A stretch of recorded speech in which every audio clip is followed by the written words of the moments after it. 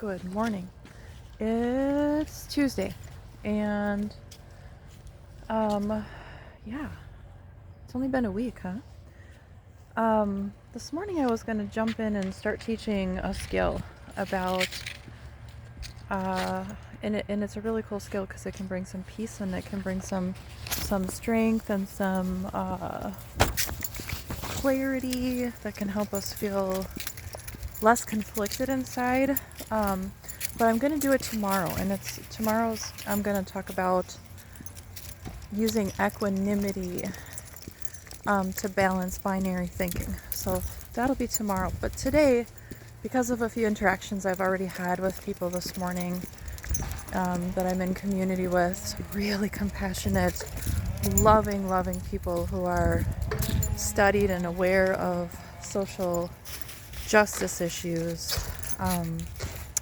I feel like I just want to do another one right now on the importance of regulation, which is a buzzword that, we hear therapists talking about, people talking about, and that means like settling your nervous system in a nutshell. So I want to address overwhelm because what I'm seeing still in a few folks, and of course it's okay, is what I shared publicly with you on my personal page, or those big strong feelings that I had one night and I continue to have intermittently about the place we find ourselves in. And don't get me wrong, like I know that we've been here, we've kind of always been here.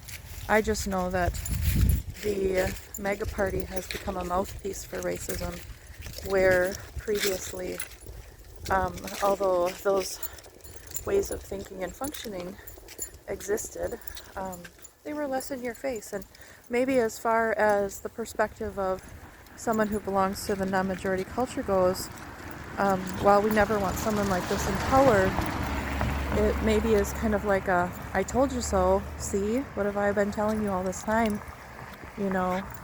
White, cisgender, heteronormative people. So anyway, that being said, the overwhelm exists for some. And if we're going to move into a space of activism, we've got to be able to not be immobilized by our feelings. So what I want to share today is how can I help you to move beyond the overwhelm into a space of activism. And I want to begin by just acknowledging the most basic of facts, that before the mega party started bringing a bullhorn to racism and sexism and other isms, we all were busy with our lives, taking care of people we love who are battling cancer, battling dementia, and many other illnesses.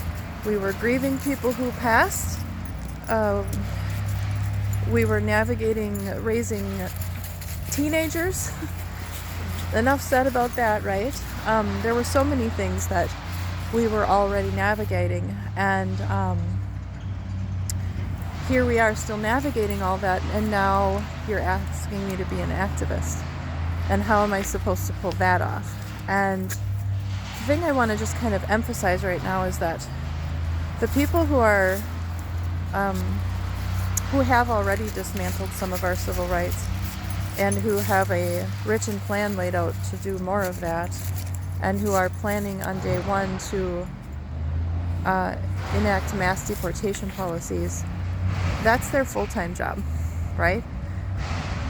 That's not, fighting against that is not my full-time job. It can't be. I run a business. I still have a life to live. I still have family to care for, as do you. And so what I want to encourage you to think about is that you are going to need to become one of many who step into doing this work, because it's not our full-time job.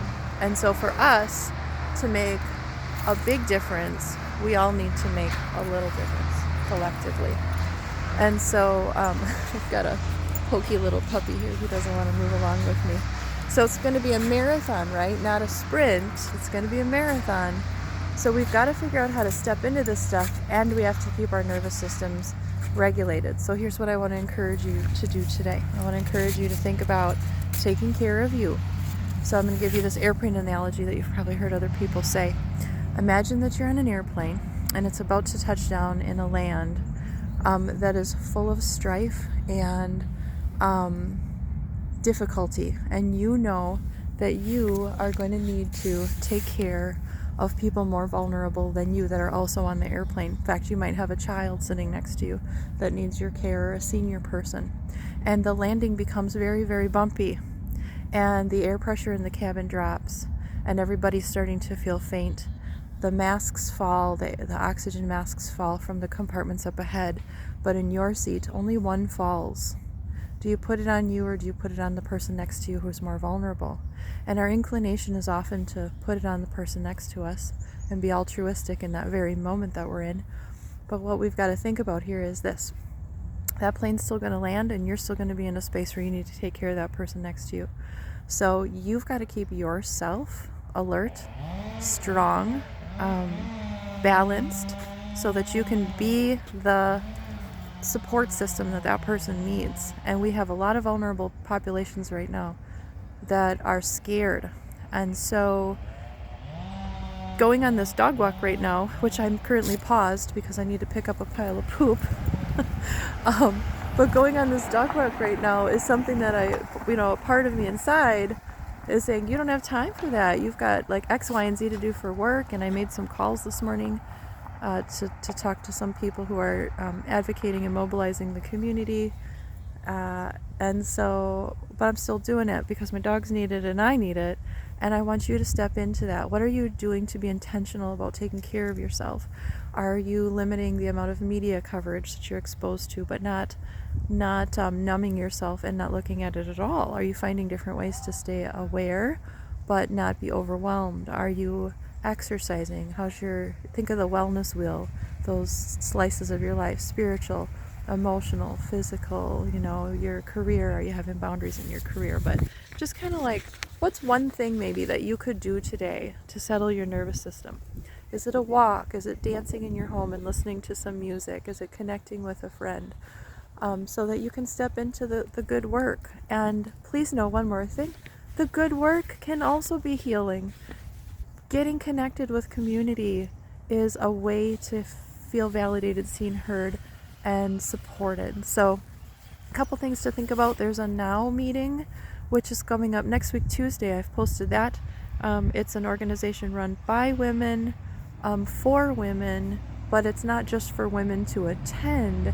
It's gender inclusive. So it's just a women-run organization. But bring a friend to that. Bring a male friend. And then also a really special person in my life runs another group that is helping newcomers and immigrants. And I'm going to post something on my page about them. They have a meeting actually